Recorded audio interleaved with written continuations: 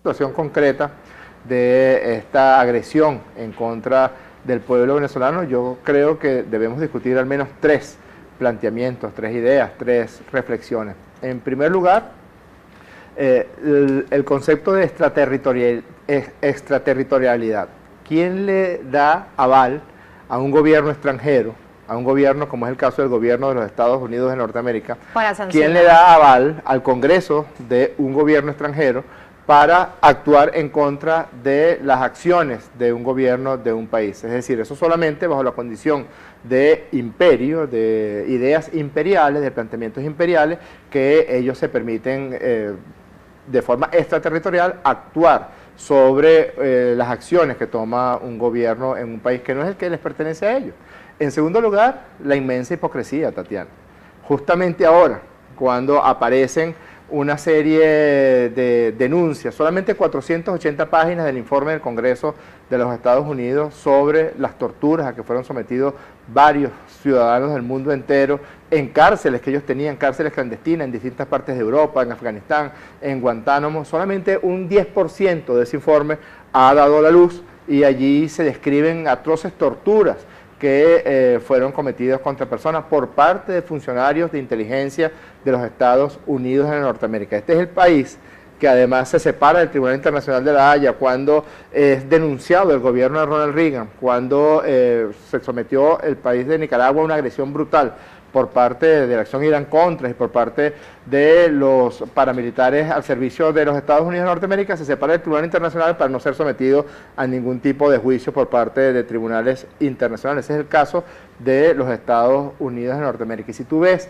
el planteamiento que hacen los funcionarios y el mismo presidente Obama sobre las atroces torturas, torturas indecibles, solamente comparables a las torturas a las que eran sometidas en la Edad Media, a que eran comunes en la Edad Media de la vida de la humanidad, y también en el continente americano por parte de estos gobiernos títeres de los Estados Unidos que aprendieron precisamente en la Escuela de las Américas este tipo de procedimiento. Y tú revisas lo que el presidente Obama dice y dice, bueno, nos sentimos muy bien de que hayamos hecho esta denuncia sobre errores que se han cometido. Errores significan vidas humanas, asesinatos, torturas, sometimiento a vejámenes indecibles de personas, y bueno, vamos a tratar de ver cómo los corregimos. Ese es el gobierno que intenta actuar contra el pueblo venezolano, que además en todas las acciones que se ha tomado, lo ha hecho apegado a la Constitución de la República Bolivariana de Venezuela. Estados Unidos suscribió en el año 2001 un acta de las Naciones Unidas contra las acciones terroristas y se señala en esa acta que ningún país y ningún gobierno podrá avalar, podrá apoyar, podrá considerar buenas ninguna acción terrorista en contra de ningún país o en contra de ningún gobierno. Y pero lo que además ocurrió, Estados Unidos es firmante de la Convención Internacional contra la Tortura. Vale también recordar este hecho porque incluso está allí en cualquier sitio donde la gente desee encontrarlo. Justamente lo que ocurrió en Venezuela, después del 12 de febrero del año 2014 y antes también, en ocasión de las elecciones que dieron triunfador al presidente Nicolás Maduro el pasado 14 de abril del año 2013, fueron simples y puros actos de terrorismo coordinados y elaborados para generar la caída del gobierno constitucional, para generar un golpe de Estado, para generar, incluso se develaron planes de magnicidio en contra del presidente Nicolás Maduro, y no solamente eso, ya está plenamente demostrado en las investigaciones que fue un proceso coordinado, que no fueron en modo alguno manifestaciones espontáneas de personas que estaban en contra de una determinada acción del gobierno, no, que fue una acción coordinada precisamente para generar zozobra, angustia, destrucción, violencia, muerte. 43 venezolanos y venezolanas fueron asesinados en las acciones violentas de este sector de la derecha venezolana entre el 12 de febrero y el mes de agosto de este año. ¿Quién nos paga? ¿Quién es el responsable de esos homicidios? Y déjame decirte algo más por reducción al absurdo. Que dé gracias, por ejemplo, el señor Leopoldo López, de que está siendo sometido a la justicia venezolana. Porque en la justicia venezolana se le garantiza a él el derecho a la vida, se le garantizan sus derechos humanos, se le garantiza el derecho a un proceso justo. Si él hubiera cometido las acciones que cometió en un país como los Estados Unidos de Norteamérica, quién sabe en qué cárcel de Afganistán estaría ahorita siendo sometido a los vejámenes que fueron denunciados precisamente en ese informe del Congreso de los Estados Unidos de Norteamérica. Si él hubiera recurrido a acciones terroristas, a acciones para derrocar el gobierno de los Estados Unidos de Norteamérica, quién sabe si estaría en Guantánamo sometido a las vejámenes a que fueron sometidos otros seres humanos. Es decir, que dé gracias, más bien, que es en manos de la justicia venezolana que se está dirimiendo el caso por el cual él está siendo procesado, siguiendo el justo proceso y siguiendo la línea constitucional. Ahora bien, ocurrieron gravísimos hechos de violencia. Personas inocentes que iban de su trabajo en una moto hacia su sitio de residencia fueron degollados por la acción criminal y orquestada. Vías tapiadas, cerradas. Intentaron aislar una ciudad importante de la frontera venezolana, precisamente otra vez jugando a la teoría de la media luna para tratar de separar una parte del territorio venezolano de todo el territorio del país. Intentaron bloquear el acceso de los puertos a las más importantes ciudades, el puerto más importante que tenemos en el estado Carabobo, a las más importantes ciudades para sumergirnos en el hambre, para sumergirnos que no hubiera medicamentos, que no hubiera comida. A eso agrega una brutal guerra económica y el gobierno venezolano y el pueblo venezolano, porque manifestaciones de apoyo al presidente Maduro y de repudio a esta no me atrevo a llamarla de otra manera, esta payasada de las llamadas sanciones, lo que señalan es un gran estrabismo por parte de estos halcones de la política norteamericana acerca de lo que realmente está ocurriendo en América Latina. Y la tercera reflexión que tengo que hacerte es que es verdaderamente repudiable la posición que han tenido algunos sectores de la derecha venezolana, regocijándose en lo que expresa no es otra cosa sino desesperación por parte del gobierno de los Estados Unidos de Norteamérica, que viene apostando desde hace más de una década en el derrocamiento del gobierno revolucionario, en el derrocamiento en su momento del presidente Hugo Chávez y ahora del presidente Nicolás Maduro, y frente a la torpeza, frente a la incapacidad que ha tenido la oposición venezolana de responder políticamente a todas las victorias que le ha venido propinando, las derrotas que le ha venido propinando a la oposición, las fuerzas de la revolución, pues no le queda más remedio a el imperio que tratar de tomarse justicia por su propia mano. Hay un intento de matriz de opinión que intenta, valga la redundancia, porque es lo que han tratado de hacer estos días una vez conocida estas sanciones por parte del gobierno de Estados Unidos, por parte de esta derecha venezolana, es que se trata solamente contra un grupo de funcionarios venezolanos, no contra el gobierno, no contra el pueblo venezolano. ¿Hasta dónde cree usted que va a calar realmente ese intento de posicionar esa matriz de opinión? Mira, en el mismo momento en que un gobierno se arroga la potestad de decidir sobre las acciones en otro país del mundo que no es el país que se encuentra enmarcado en su territorio, ya de inmediato eso genera una acción imperial, una acción agresiva, una acción que es repudiada por todos los venezolanos y por todas las venezolanas. Y más aún, viniendo de donde venimos, Tatiana, viniendo, y lo digo sin falso orgullo, del país donde nació la libertad de todo este continente. Yo vivo en la ciudad donde nació el hombre que fue a otros países, se alejó de sus fronteras natales, pero no para subyugar, no para conquistar, sino para brindar libertad. Aquí, de esta ciudad, de este territorio, salió un ejército para liberar del imperio español a todo el continente sudamericano. No solamente eso, sino todo el proceso que hemos venido viviendo desde el año 1998 con la victoria de Hugo Chávez y la devolución, porque yo viví lo que fue la oscuridad de la Cuarta República, la devolución de nuestro orgullo como venezolanos, de nuestro orgullo patrio, la devolución de nuestra posibilidad de crecer como país, como patria, de resolver nuestros problemas sociales, nuestros problemas económicos, de dirimir nuestros problemas políticos por vías absolutamente democráticas. No hay un país en el mundo entero que cuente con tantas estrategias y herramientas democráticas como Venezuela. Nosotros hemos tenido 19 elecciones en los 14 años de revolución bolivariana. Hemos tenido más de una elección por año en promedio para elegir presidente, gobernadores, diputados, concejales, alcaldes,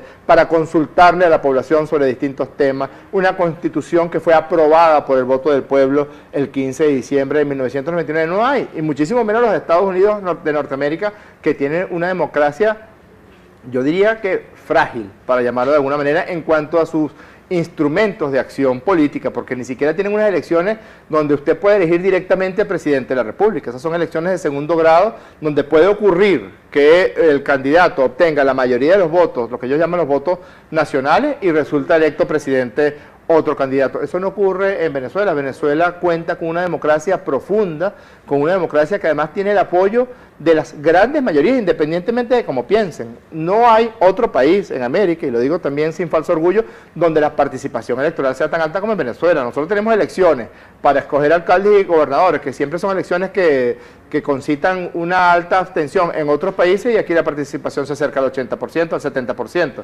Para elegir presidente, la participación siempre se acerca al 90% en las elecciones en Venezuela. Eso habla de una democracia sólida, de una democracia verdadera, y es un ejemplo que creo que es lo que está viendo con preocupación algunos sectores de la política norteamericana.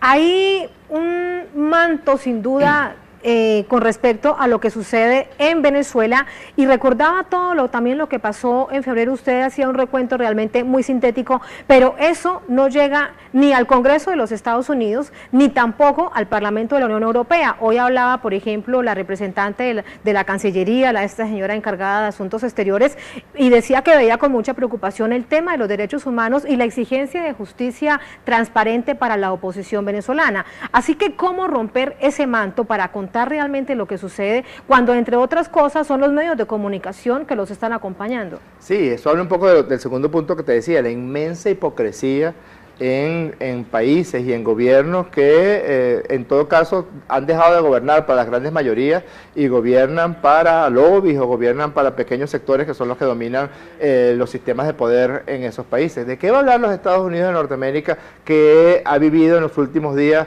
hechos atroces, como el hecho de Eric Garner, por ejemplo? Sus últimas palabras fueron: no puedo respirar, cuando unos policías, por el solo delito de ser afroamericano, bueno, lo sometió a un proceso de estrangulación, y el señor era asmático y lamentablemente 11 veces repitió que no podía respirar, y nadie, ni siquiera con un cierto cariño humanitario, se atrevió a darle los primeros auxilios a este ciudadano norteamericano que falleció en manos de la policía de Nueva York, o el caso de Michael Brown en Ferguson, o el caso del niño que fue asesinado de un disparo por un policía norteamericano. En el caso de Venezuela, lo que ocurrió a partir del 12 de febrero fue el uso de los mecanismos constitucionales que tiene el Estado, que tiene el gobierno, que tiene la nación, precisamente para prevenir, para detener, para desmantelar los eventos de violencia que se suscitaron desde el mes de febrero, que incluían asesinatos, Tatiana, que incluían violencia generalizada, que incluían quemas de jardines de infancia, de kindergarten, donde había niños pequeños en el municipio de Chacao del estado Miranda de Venezuela. Fueron quemados instalaciones educativas con niños allí, fueron agredidos instalaciones de salud, fueron degollados obreros motorizados por el solo delito de querer ir a su casa después de una jornada dura de trabajo, fueron agredidas unidades de transporte público con pasajeros adentro, se bloqueó o se intentó bloquear el acceso que se tiene desde el puerto más importante a las ciudades más importantes del país. Se bloqueó y se asesinó personas en ciudades grandes, como el caso de San Cristóbal, el caso de Valencia, el caso de Maracay, el caso del este de la Gran Caracas. Y todo eso con la acción firme del gobierno venezolano, la acción firme y constitucional del Estado venezolano para proteger a todos los habitantes, porque ahí no se estaba protegiendo. Te pongo un ejemplo.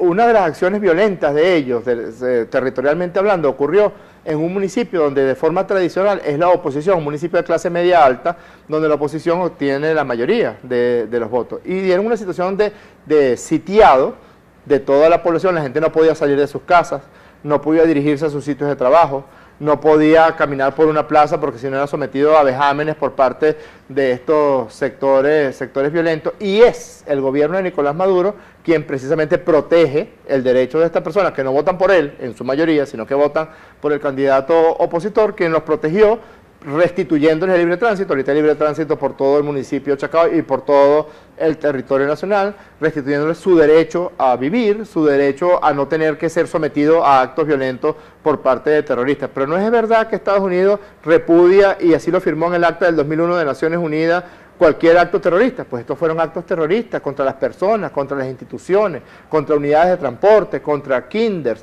contra hospitales, contra escuelas. Y lo que debiera haber hecho Estados Unidos fue haber apoyado al gobierno de Venezuela si no estuviera detrás de estas acciones la intención manifiesta por parte del gobierno de los Estados Unidos y de los halcones de la derecha norteamericana de agredir al pueblo de Venezuela con la intención de derrocar al gobierno revolucionario, al gobierno bolivariano. Un asunto político. ¿Cómo actuará el gobierno venezolano? Usted, como un alto dirigente del Partido Socialista Unido de Venezuela, ¿qué mirada tiene al respecto? ¿Hacia qué acciones debe emprender su camino con respecto a esta agresión? Con la firmeza que nos caracteriza. El presidente Maduro ya lo dijo en la cumbre de Mercosur: nosotros somos amigos de los pueblos del mundo. Nosotros somos amigos de todos los gobiernos y somos amigos de todos los países de buena voluntad en el mundo entero. Pero no vamos a tolerar ningún tipo de agresiones por parte de aquellos que se sienten con derecho de arrogarse su condición de gendarmes del mundo. Pueden ser gendarmes en otro país. En Venezuela hace mucho tiempo que nosotros somos dueños de nuestro propio destino y estamos dispuestos a defender con esta firmeza y esta convicción con todos los recursos con los que contemos para seguir manteniendo la paz de la República, para seguir manteniendo el derecho que todos tenemos a darnos los gobiernos que queramos. No podemos continuar en esta situación, Tatiana, donde en este país, cuando hay elecciones de un gobernador o de un alcalde o de un diputado y el chavismo pierde las elecciones, pues no hay ningún problema. El candidato chavista perdedor reconoce la derrota y bueno, el gobernador o alcalde opositor toma posesión de su cargo. Pero el caso contrario, cuando un gobernador pierde unas elecciones y es de oposición, o el caso de este señor que ha sido derrotado 4 veces, es un récord Guinness. Yo no sé si Guinness intentaría considerar eso, pero en un lapso de menos de 18 meses perdió 4 elecciones. Perdió las elecciones presidenciales con el presidente Chávez el 7 de octubre, luego perdió, era el jefe de campaña de las elecciones de gobernadores el 16 de diciembre del año 2012, las perdió. Luego perdió las elecciones con el presidente Maduro el 14 de abril del 2013 y luego perdió porque ganamos el 75% de las alcaldías el 8 de diciembre del 2013. Perdió 4 elecciones en un lapso no mayor de 18 meses. Pero cuando eso pasa, entonces llaman a la violencia. Imagínate tú, un candidato a la presidencia de los Estados Unidos de Norteamérica que pierde una elección y llame a salir con odio, a agredir y a asesinar a aquellas personas que decidieron no votar por ese determinado candidato. Eso nos costó 11 muertos entre la madrugada del 14 de abril y el 15 de abril del año, de este mismo año, del año que pasó, 2013. No puede ser esa compulsión a la violencia que de forma permanente tiene la oposición venezolana. No puede ser que si ocurre que resultan desfavorecidos en el favor del voto popular, entonces llaman a la gente a la calle y llaman a la gente a agredir. El presidente Maduro convocó en el mes de diciembre del año 2013 a todos los alcaldes y gobernadores de oposición a reunirse para trabajar juntos. Eso fue en diciembre.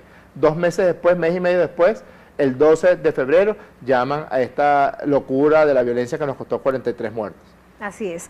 Ahora, ¿cómo ve usted lo que puede venir desde el punto de vista de la movilización social? Durante esta misma semana no se había firmado todavía, no había sancionado el presidente Obama estas sanciones contra Venezuela, pero ya había una movilización nacional. ¿Hacia dónde cree usted que van precisamente esas movilizaciones? Usted siente en la calle, usted se mueve todos los días por la ciudad como alcalde de Caracas, encuentra el apoyo popular, encuentra también el entendimiento de lo que realmente está sucediendo desde las bases populares. Sin duda, y con esa actitud de algunos sectores de la oposición entreguista, con esa actitud de lacayo, en un país como el nuestro, con el tipo de sangre que nos corre por las venas, la inmensa mayoría, yo diría que casi el 100% de la población, pues no aceptan que venga un gobierno extranjero a meterse con las cosas de nuestro país. Nosotros decidimos aquí cómo hacer nuestras cosas, decidimos qué tipo de gobernantes queremos tener, para eso tenemos elecciones, un promedio de 1.5 elecciones por año desde que existe la Revolución Bolivariana. Nosotros tenemos nuestros mecanismos constitucionales y de Estado para resolver, y sobre todo tenemos a un pueblo que está en la calle. El 15 de diciembre fue una de las más grandes concentraciones que yo he visto y sin duda las más grandes del último año y medio de apoyo al presidente Maduro y de rechazo a las medidas injerencistas, agresivas por parte del gobierno de los Estados Unidos de Norteamérica. Y otra vez, estos sectores de la oposición venezolana, me imagino porque tendrán muchos compromisos, me imagino porque habrán recibido muchos cheques, me imagino porque deben haber asumido que ellos no pueden con nosotros, y como ellos no pueden con nosotros, entonces recurren al propietario de la chequera para que trate de encargarse. Yo creo que es decir, se van a estas instancias internacionales a buscar hacer el lobby en el Congreso de los Estados Unidos con la ultraderecha para tomar este tipo de acciones. Que realmente no es una instancia internacional, porque sería reconocerle al gobierno de los Estados Unidos de Norteamérica que ellos pueden arrogarse esa decisión sobre cualquier gobierno extranjero. Acaba de reconocer, y es algo que a nosotros nos regocija, en nombre del pueblo cubano y en nombre de ese comandante de la luz que es Fidel Castro y el comandante Raúl Castro, acaba de reconocer los errores que se cometieron. Reconoció como un error el presidente Obama toda esta situación de agresión permanente a la revolución cubana y al gobierno cubano. Pero resulta ser una contradicción, porque reconoce el error de esta política injerencista, sin embargo se mantiene el bloqueo, pero durante 54 años se reconoce el error, el fracaso que hubo. Sin embargo, durante la misma semana emiten estas sanciones contra Venezuela. Uno dice, ¿será realmente una contradicción o es que es parte de la estrategia que muy bien saben cómo moverla? ¿Usted cómo lo ve? Yo más temprano pensaba que la política de los Estados Unidos de Norteamérica hacia el continente americano era miope, y así se puede caracterizar toda la historia que hemos tenido. Ese chiste trágico que hay que dice, ¿por qué no hay golpes de Estado o golpes militares en los Estados Unidos de Norteamérica? Porque en los Estados Unidos no hay embajada de los Estados Unidos de Norteamérica. Pero ahorita habría que pensar que es estrábica, que pareciera que tiene una especie de estrabismo, porque por un lado reconoce un error y por otro lado da un paso en falso, como lo mencionó ayer el presidente Maduro, y comete un error que ojalá no lo escale, porque nosotros estamos dispuestos que nos anoten a todos en esas supuestas sanciones, que no sé para qué les van a servir en todo caso, que nos anoten a todos los representantes de la revolución venezolana, absolutamente a todos los gobernadores, absolutamente a todos los alcaldes, a todos, nos sentiríamos honrados, porque nosotros no podemos en modo alguno permitir que un gobierno extranjero, cualquiera que sea, tenga el signo político que sea, intente inmiscuirse en los asuntos que solo le corresponden a los venezolanos. Así que usted cree que sí es parte de la estrategia, que no es una simple contradicción del gobierno, del Congreso y de las altas élites estadounidenses, que saben cómo moverse en nuestra región, de no soltar del todo ese intento de seguir manteniendo el imperialismo en América Latina. El mismo presidente Obama lo mencionó, ¿sabes? A la chita callando en la declaración que hizo respecto a Cuba. Eso ha generado un inmenso aislamiento del gobierno de los Estados Unidos de Norteamérica respecto a los demás gobiernos del continente, que revisen la historia reciente de América Latina y se darán cuenta que estaban completamente perdidos, que todo el dinero que habrán invertido en inteligencia pues lo perdieron en carpetas y en papeles que no les decían la verdad, que no decían cuál era la realidad. La realidad es que en el continente americano son gran mayoría los gobiernos que apelan a la autodeterminación, a la soberanía, a la construcción de un proceso social para resolver los problemas de la población, para resolver los problemas económicos, para resolver los problemas sociales, para que haya escuelas, para que haya salud, para que haya alimentación, para que las grandes mayorías reciban el apoyo y el sustento por parte de las riquezas que provienen de sus respectivos gobiernos. Ya no es la época de los 60 y los 70, que los Estados Unidos de Norteamérica tenían gobiernos títeres y si ese gobierno títeres no les servía, entonces recurría a los golpes militares y a los golpes de Estado. Mientras el presidente de Estados Unidos, Barack Obama, firmaba las sanciones contra Venezuela, también firmaba nuevas, posibles y más sanciones contra Rusia. Van en la misma dirección, acabar con este llamado mundo pluripolar, multicéntrico, mantener ese mundo unipolar que había sido durante tantas décadas, tener allí Estados Unidos el manejo de todo lo que significaba el mundo. Te voy a dar mi opinión personal. Yo creo que los imperios son los últimos en darse cuenta. Así como, perdóname el ejemplo un poco machista, así como los maridos cornudos, los imperios son los últimos en darse cuenta de su decadencia. Eso pasó con el Imperio Romano, pasó con el Imperio Británico y está pasando con el Imperio Norteamericano. Es verdad, fueron las fuerzas hegemónicas del mundo por una cantidad importante de tiempo, pero ya no lo son. Ya hay potencias económicas, ya hay bloques multipolares que han venido surgiendo y han venido surgiendo sin la intención de subyugar a unos países por otros, sino con la intención de colaborar entre naciones, lo que está ocurriendo ahorita en América del Sur, lo que ocurre en UNASUR, lo que ocurre con el ALBA, lo que ocurre con la CELAC, lo que ocurre en Mercosur. La actitud con Rusia persigue precisamente eso, tratar de subyugar el desarrollo inmenso que ha tenido la República Federativa de Rusia en su intención de convertirse en un polo importante de desarrollo. Lo único que se me ocurre pensar es que los imperios siempre son los últimos en enterarse de su propia decadencia. Cuando tú me dices que el gobierno norteamericano quiere acabar con el mundo multipolar, yo sospecho que quiere acabar incluso con el mundo mismo, porque estas técnicas a las que están recurriendo ahora para aumentar la explotación de petróleo por parte de los Estados Unidos, la llamada técnica del fracking, para lograr petróleo de esquisto, para disminuir el precio del petróleo y de esa manera golpear a Rusia, golpear a Irán y golpear a Venezuela, quién sabe qué consecuencia va a tener sobre la corteza terrestre, quién sabe qué consecuencia va a tener desde el punto de vista de las fallas geológicas que se puedan estar generando por esta acción irresponsable. Bueno, expertos dicen que es funesto para el medio ambiente, para las comunidades cercanas. ¿Qué efectos tendrán? Ya usted decía que pueden estar allí en esas sanciones todos los que deseen del gobierno venezolano, pero un poco más allá de esto, ¿realmente tendrá algún efecto sobre la población, sobre el gobierno venezolano, sobre sus relaciones con el resto del mundo a nivel internacional?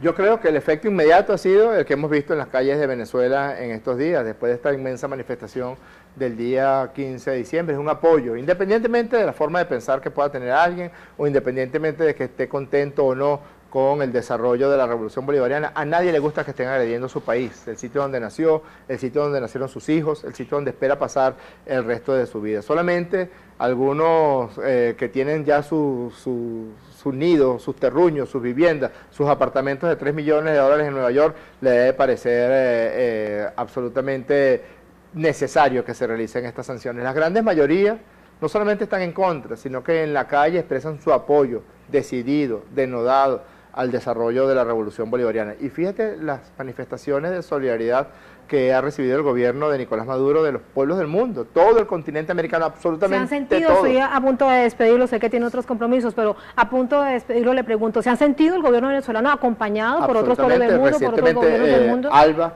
Mercosur, de todas las naciones de América, el presidente Maduro ha recibido el apoyo y el rechazo a estas medidas injerencistas por parte del gobierno de los Estados Unidos. Cada vez está más aislado, cada vez está más solo, y mientras se sigue equivocando de la manera como se equivocó al imponer estas sanciones ridículas en contra del pueblo de Venezuela, pues se va a ir aislando cada vez más y puede llegar el momento en que sea demasiado tarde para corregir errores, como lo corrigió después de 58 años respecto a nuestra hermana República de Cuba. Alcalde, muchísimas gracias. Gracias a ti, Un placer, muchísimas gracias.